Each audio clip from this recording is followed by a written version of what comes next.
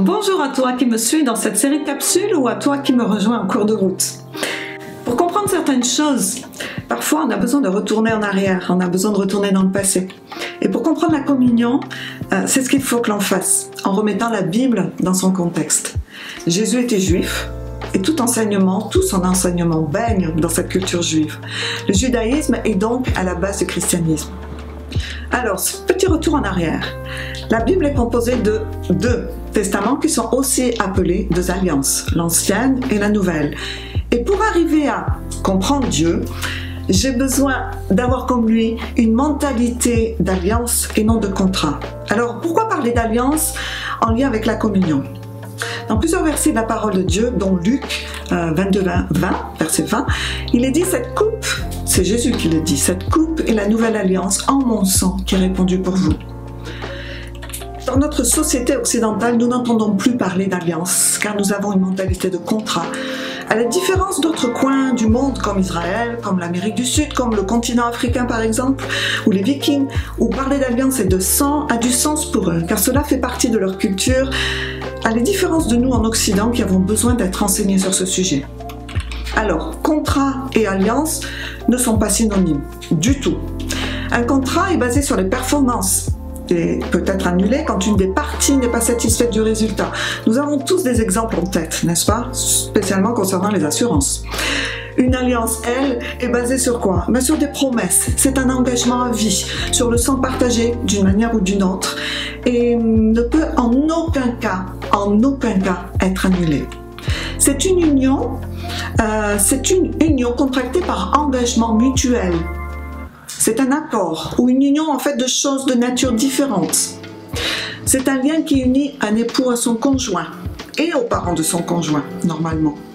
C'est l'objet aussi d'un traité consistant dans l'engagement d'entraide mutuelle de deux ou plusieurs États. Ça, c'est ce que le dictionnaire nous dit. Un synonyme pourrait être un pacte. Et peut-être que c'est un terme qui va t'aider à comprendre davantage le terme d'alliance. Bien parce que la notion d'alliance était quelque chose de bien connu dans leur culture juive et qu'il y a vraiment une notion importante à comprendre, et faire un repas pour célébrer une alliance avec du pain et du vin n'avait rien d'étonnant pour les disciples. À aucun moment dans la Bible il est reporté que les disciples se sont étonnés en disant « Mais enfin, qu'est-ce que tu racontes, Jésus? Mais c'est horrible de parler du sang! Oh, mais c'est barbare, c'est vraiment pas civilisé, tu sais, on est choqués. » Non. Faire une alliance avait donc une signification pour eux et a une signification importante et des effets secondaires qui sont très importants, qui n'ont rien à voir avec un contrat. Alors, avec qui faire des alliances? Entre Dieu et un homme, entre des tribus, entre des pays et entre deux personnes. Dans la Bible, on voit Dieu faire des alliances avec certains hommes comme Noé, comme Abraham, comme Moïse, et des hommes entre eux, comme cette amitié incroyable entre Jonathan et David. L'alliance, elle remonte avant la fondation du monde. Dieu l'avait toujours en tête. C'est pour ça que sa mentalité est une mentalité d'alliance. Dans 1 Pierre 1, 18, verset 19, il est dit « Sachant que vous avez été rachetés de votre vaine conduite, que vous avez été enseignés par vos pères, non par des choses corruptibles, de l'argent, de l'or, mais par le sang précieux de Christ, comme d'un agneau sans défaut et sans tache, préconnu dès avant la fondation du monde, mais manifesté à la fin des temps pour vous. » Et une version en anglais dit « Cela faisait partie du plan de Dieu avant la fondation de la terre ». Donc il y a deux termes. Le terme alliance dans la Bible a été une fois donc écrit en hébreu, une fois en grec, et en hébreu c'est bérit. C'est une incision qui nécessite une effusion de sang. Il faut que le sang coule. Donc si le sang ne coule pas, c'est pas une alliance de sang. Et donc ce n'est pas une alliance. Et en grec c'est diatheke. Et ce qui veut dire partenariat entre deux parties inégales. Deux parties inégales qui peuvent être deux familles, qui font alliance, qui prennent le temps de réfléchir plusieurs fois et plusieurs jours sur les modes de l'alliance, car une fois engagé, il n'y a pas de retour possible. Les liens sont même plus forts qu'avec sa propre famille. On le voit donc dans l'histoire de Jonathan et David notamment. Et puis, le rite d'une alliance comprend différents éléments que nous allons voir et qui sont repris dans la communion. Nous voyons dans Deutéronome 28 notamment qu'il y avait des conditions à l'alliance de sang. Et si elles n'étaient pas respectées, les conséquences pouvaient aller jusqu'à la mort. Alors, quelles sont les raisons et les implications de s'allier? Donc on peut s'allier par amour ou par amitié, le mariage, une amitié, une belle amitié, la protection On voit cette protection dans l'alliance entre tribus notamment, protection mutuelle ou, si vous voulez, un peu plus proche de nous dans les gangs. Exode 12, nous voyons Dieu dans son alliance qui protège son peuple par le sang de l'agneau sur les linteaux des portes et qui l'accompagne aussi dans sa sortie d'Égypte. Abraham qui est sauvé de Gomorrhe et de Sodome, et Dieu là s'est souvenu de son alliance et l'a protégé. On voit aussi une raison pour s'allier, c'est partenariat dans les affaires. Et là, c'est un résidu de l'alliance encore aujourd'hui. Donc s'allier permet d'apporter quelque chose que l'autre n'a pas. Ça permet de se complémentariser, de s'associer avec la force de quelqu'un et de lui donner sa force. Les deux familles ou les tribus qui s'alliaient n'avaient pas les mêmes forces et les mêmes faiblesses. Et les mêmes besoins même. Donc elles avaient tout intérêt à s'allier. Ce qui revient à dire « tu es fort, là où moi je suis faible ». Ça fait penser aux familles de l'aristocratie, qui s'alliaient surtout pour le pouvoir ou qui mariaient leurs enfants entre eux pour les intérêts souvent économiques. Ou les gangs, comme j'en ai parlé tout à l'heure, il y avait même des tatouages et jusqu'à la mort on appartenait à un gang et on appartient encore à un gang comme cela. Dans le cas de l'alliance de sang, les fusions de sang devaient venir des deux parties. Et au travers de l'histoire d'Abraham, nous pouvons comprendre l'alliance que Dieu a faite avec nous. Il a commencé cette alliance avec Abraham et au travers de son fils Jésus, nous en bénéficions maintenant encore aujourd'hui. Nous voyons ça dans Galates 3, la promesse de l'alliance pour Abraham et sa postérité, donc Christ, et donc nous qui sommes devenus, grâce à Christ, enfants de Dieu. Dans Genèse 15, l'exemple d'Abraham est intéressant. Dieu contracte une alliance avec lui. Et pour ce faire, il utilise le rite hébraïque avec des animaux et du sang versé pour renouveler et sceller sa promesse avec cet homme. Abraham était un homme ordinaire qui venait d'une culture non chrétienne. Et ensuite, il est devenu le père de la foi, comme il est appelé dans le Nouveau Testament. Alors pourquoi? Qu'est-ce qui s'est passé?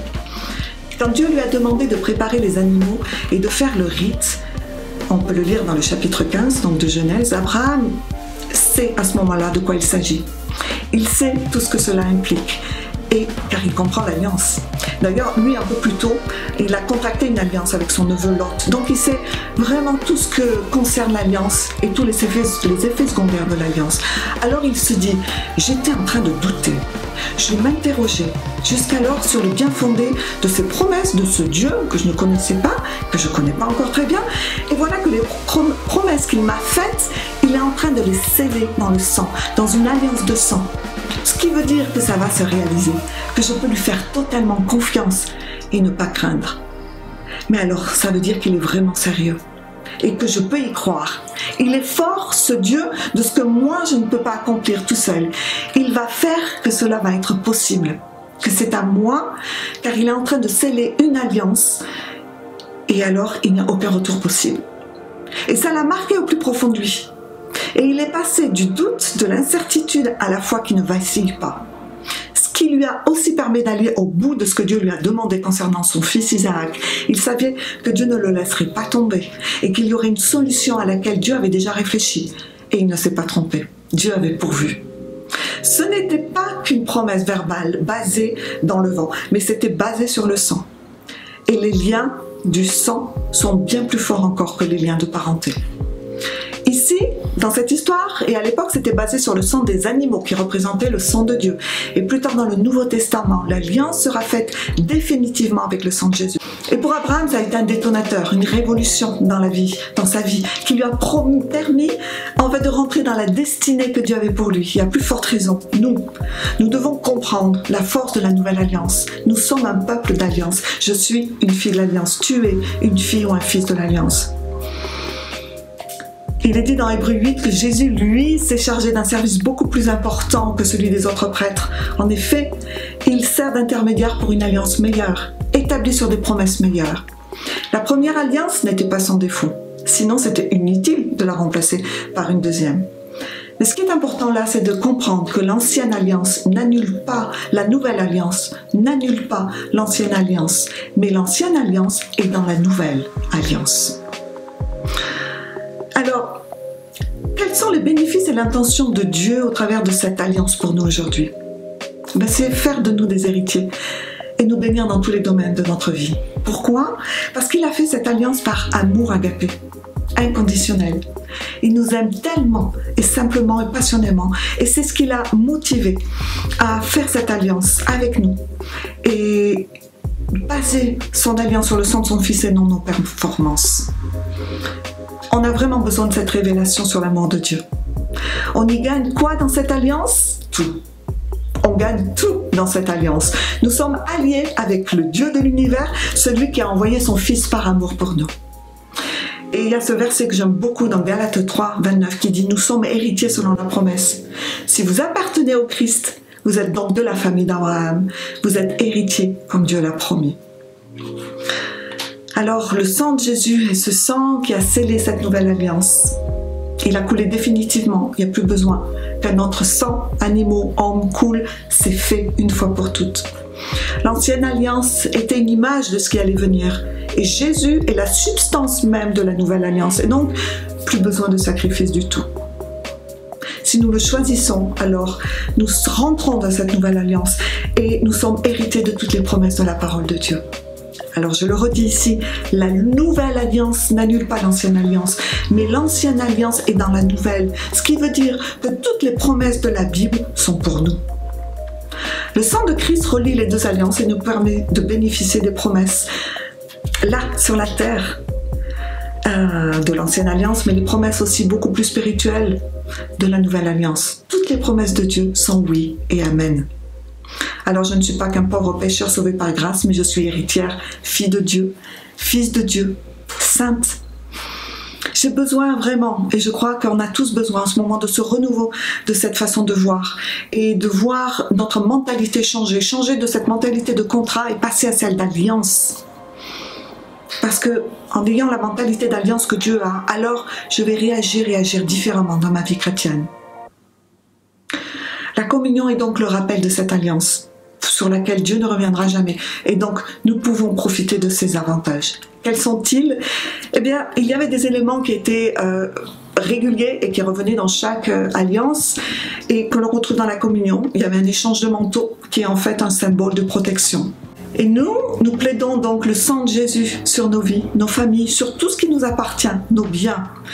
Plus besoin d'autre chose pour le faire, plus besoin d'un sang qui coule, nous avons maintenant nos bouches pour déclarer cette protection et plaider ce sang sur nos vies, sur nos familles, sur nos biens. Il y a ensuite un échange de cadeaux. Alors, le Seigneur nous a dit « Je vous laisse ma paix, je vous laisse ma joie ». Et nous lui offrons notre vie en retour.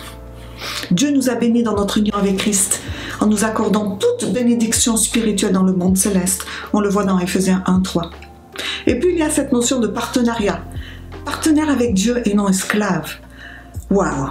Dieu nous a donné le libre arbitre, il nous a donné la volonté. C'est un vrai cadeau qu'il nous a fait là, au risque de nous perdre définitivement si on ne choisit pas de le suivre et de l'accepter.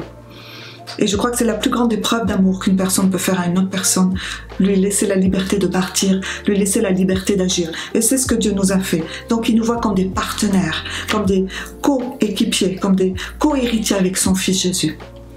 Et puis il y a des promesses qui sont faites, et les promesses sont tenues. Jérémie 1,12 nous dit « Dieu veille sur ses paroles pour qu'elles s'accomplissent ». Alors, l'héritage contenu dans ces promesses de bénédiction dans la Bible est tellement grand que nous avons vraiment besoin de révélation du Saint-Esprit pour que ces bénédictions descendent de cette partie intellectuelle quand on les lit jusqu'à nos cœurs. Car ça nous dépasse parfois, et ça nous dépasse tellement qu'on ne vit qu'un dixième peut-être de ce que l'on devrait vivre avec Jésus. Et on n'est pas les seuls à avoir besoin de cette révélation dans la Bible. Si on regarde l'église d'Éphèse, on avait besoin d'Éphèse, on avait vraiment besoin également. Et c'est pourquoi Paul prie à ce moment-là pour qu'un esprit de sagesse et de révélation spirituelle soit accordé à cette église. Et c'est ce qu'on a besoin de prier pour nos vies aussi. Dans Genèse 3, 13, 14, il est dit « Christ nous a racheté de la malédiction de la loi pour nous faire entrer dans les bénédictions d'Abraham. » Et il y a un prédicateur anglais que vous connaissez peut-être qui s'appelle Derek Prince, prédicateur qui a fait une liste qui résume un peu toutes les bénédictions que l'on trouve dans Deutéronome 28 et qui les a en fait divisées, séparées en 6 points. Donc nous trouvons la promesse de l'élévation, c'est-à-dire la supériorité sur toutes les nations. On est élevé par Dieu à une dignité qu'on n'avait pas, à un statut supérieur, on est reconnu, on a de l'importance, et la Bible dit qu'on est la tête et non la queue, qu'on est en haut et non en bas, et que l'ennemi est sous nos pieds. Donc promesse de l'élévation, promesse de la guérison, de la santé totale, et ça concerne l'émotion, ça concerne le physique. Promesse de reproductivité, alors c'est un mot qui est destiné à décrire une condition dans laquelle tous les domaines de la vie d'une personne sont fertiles et reproductifs. Ce qui inclut la famille, ce qui incluait à l'époque le bétail, les affaires, nos talents créateurs, tous ces domaines devraient refléter la bénédiction de Dieu. Ensuite, une autre promesse est la prospérité. Et ça parle de réussite, d'état d'abondance, de bien-être, de bonheur, d'augmentation de richesse. Ensuite, on a cette promesse de la victoire et non la défaite. Dieu fera de toi la tête et non la queue, comme je l'ai dit tout à l'heure. Et pour avoir la victoire, il faut avoir une bonne stratégie. En qui mets-tu ta confiance? En ce que tu vois ou dans les promesses de Dieu? C'est ce qui va faire que tu vas vivre une vie de victoire ou de défaite. Et puis, la dernière promesse, c'est la faveur de Dieu sur ma vie. Et non l'oubli de Dieu. Je suis fille, fils de Dieu. Il a ses regards posés sur moi. Il est fier de moi. Il marche à côté de moi. Je suis assurée de ne jamais être seule. Et enfin, quelque chose que je peux rajouter dans cette vidéo, c'est que la communion, c'est un repas de fête. C'est pas un repas de tristesse. Parce qu'à la fin d'un rituel d'alliance, il y avait toujours un repas pour fêter et pour sceller. Et c'est ce que Jésus a fait. Et c'est pour ça qu'il a institué la communion. C'est un repas de fête. La Sainte Seine, c'est ça. Alors ça peut être une folie pour les autres, mais pour nous, c'est une puissance, une véritable puissance. Nous rentrons dans la nouvelle alliance par la nouvelle naissance. Et nous le fêtons à chaque fois que l'on vient à la communion. Et donc, vous le voyez, à chaque fois que l'on prend la communion, en fait, nous retrouvons tous les éléments de cette alliance entre deux personnes. On y retrouve la protection, le partenariat, le signe de l'alliance par le sang de Jésus et son corps, les bénédictions et les cadeaux échangés. Et tous ces éléments peuvent être célébrés, peuvent être revendiqués autour du repas que le Seigneur nous a laissé pour se fortifier. Et c'est une table en face de nos adversaires. Amen. On est héritiers légaux, filles et fils légaux. Et l'ennemi va venir nous voler notre héritage. Il va essayer. Et là, nous avons besoin d'apprendre maintenant à revendiquer tout ce qui est à nous, tout ce qui m'appartient, et à lui dire, tu ne peux que me regarder, prendre la communion. Tu ne peux rien faire d'autre. Tu peux trépigner, mais moi, je sais ce qui est à moi et je le revendique.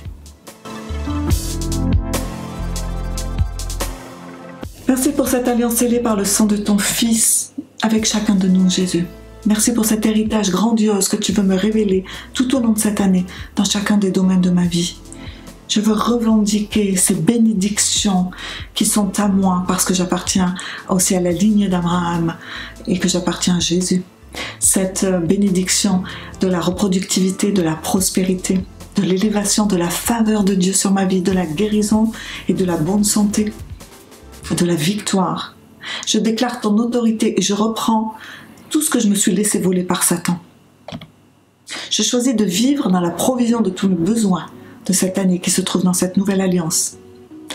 Et prendre la communion devient un point de contact pour ma foi. Seigneur, j'ai parfois l'impression de manquer, de ne pas avoir tout ce dont j'ai besoin. Je ne vois pas tes bénédictions dans ma vie alors que tu m'as promis de me bénir. Pardon Seigneur d'écouter trop souvent les mensonges de l'ennemi et non de déclarer tes promesses. Ouvre mes yeux s'il te plaît. Que mes 5 sens physiques deviennent spirituels et que je réalise que tu es mon berger et que je ne manque de rien. Tu peux prendre des éléments maintenant. Sois béni.